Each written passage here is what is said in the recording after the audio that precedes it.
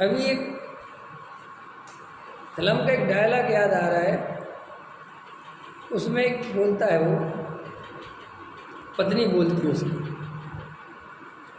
वो डिवोर्स लेने जा रहे होते हैं, मैंने डिवोर्स के पहले की कहानी बोलती है, वो अपनी बहू से बोलती है कि मैंने तुम्हारे ससुर जी के साथ 35 साल निकाले। कितने साल निकाले? 35। तो वो कहते हाँ मम्मी जी बड़ी तकलीफ है वो 35 साल। लेकिन मैं तुझे आज एक बात बताती हूँ जो मैंने किसी को नहीं बताई। बोले क्या? बोले जब मेरी शादी हो रही थी तो मैंने इनको देखा ही नहीं था। ख्याल में है ना कि इनसे मेरी शादी होनी जिससे, तो इस तुम्हारे ससुर जी को मैंने देखा ही नहीं था। और मेरी शादी हुई तो घर में इनका इतना बड़ा परिवार, सब रिश्तेदार, कि मैंने 4 दिन भी नहीं देखा। अंत समझ में आया ना, रस्में रिवाज चलती रहे, काम होते रहे, पता ही नहीं चला कौन। 4 दिन बीत गए, शादी हो गई, सब कुछ हो गया। 4 दिन बाद मुझे महसूस हुआ ये गलत हो गया। उसे बोलती हो, क्या बोलते? 4 दिन बाद मुझे महसूस हुआ कि मेरी गलत आदमी से शादी हो गई। लेकिन उस समय तो हम तलाक की सोच भी नहीं सकते थे, क्योंकि वो जमाना तलाक शब्द बोलना बहुत खतरनाक है, लेना बहना तो छोड़ो। तो बोले कि मुझे शादी हो गई और आज 35 साल हो गए, तुम्हारे दोनों बच्चे, तुम लोग बड़े बड़े हो गए। तो उसने कहा, फिर एक उसने जो बात बोली वो मैंने नोट करी। उसने बोला कि ऐसा होने पर भी जिसका मुझे 4 दिन में ही पता चल गया था कि गलत आदमी है, ऐसा होने पर भी आज तलाक हो रहा है तो भी बहुत तकलीफ है। अब तकलीफ क्यों है? जो बात वो बोली बहुत अच्छी। बोले बेटा, आदत चाहे बुरी हो और चाहे आदत अच्छी हो, छोड़ने में दोनों में तकलीफ होती है। समझ में आया कि नहीं आया? बड़ा अच्छा लगा मुझे डायलॉग। क्या कहा मैंने? आदत अच्छी हो बुरी हो, छोड़ने में दोनों में तकलीफ होती है। तो बोले है तो ये बुरी आदत जिसे मैं आज छोड़ रही हूँ, लेकिन 35 साल इस बुरी आदत के साथ जीने की आदत पड़ गई थी, तो अब इसके बिना रहा भी नहीं आता, जबकि अंदर से जानती हूँ कि आदमी सही नहीं है। ऐसा ही है ये जीवन, ऐसा ही ये संयोग, ऐसा ही ये भोग, ऐसा ही ये सब चीज़ें हम जानते हैं,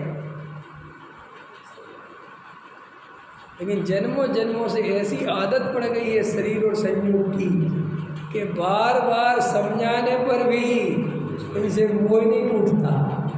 अरे दुनिया में कौन मूर्ख है जो नहीं जानता कि ये बच्चे बड़े हो जाएंगे और अपने अपने घर चले जाएंगे और पलट के देखेंगे भी नहीं? कौन नहीं जानता? बोलो।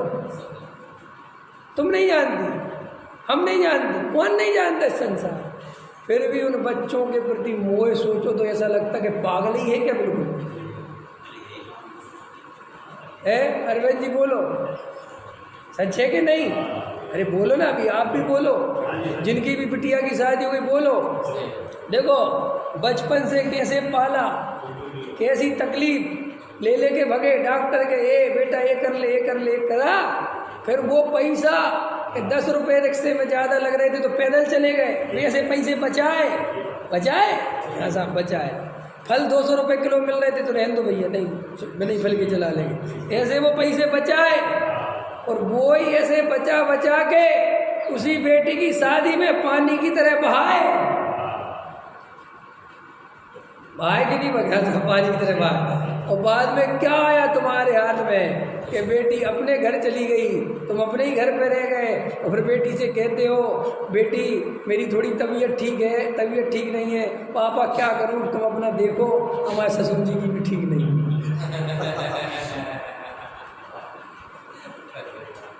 ये तो रिजल्ट है, ये संसार का स्वरूप है, नहीं है? और ये तुम नहीं जानते, इसको कहते मोह की महक। ये है गजब गजब की बात। इतना गजब साहब, ऐसा दिखने पर भी मोह कहता नाचो, ये नाच रहा है। आश्चर्य है भाई, ऐसी थोड़ी कह दी आचार्य भगवंतों ने, ये मिथ्यात्व का नाश करना कोई हंसी खेल नहीं है।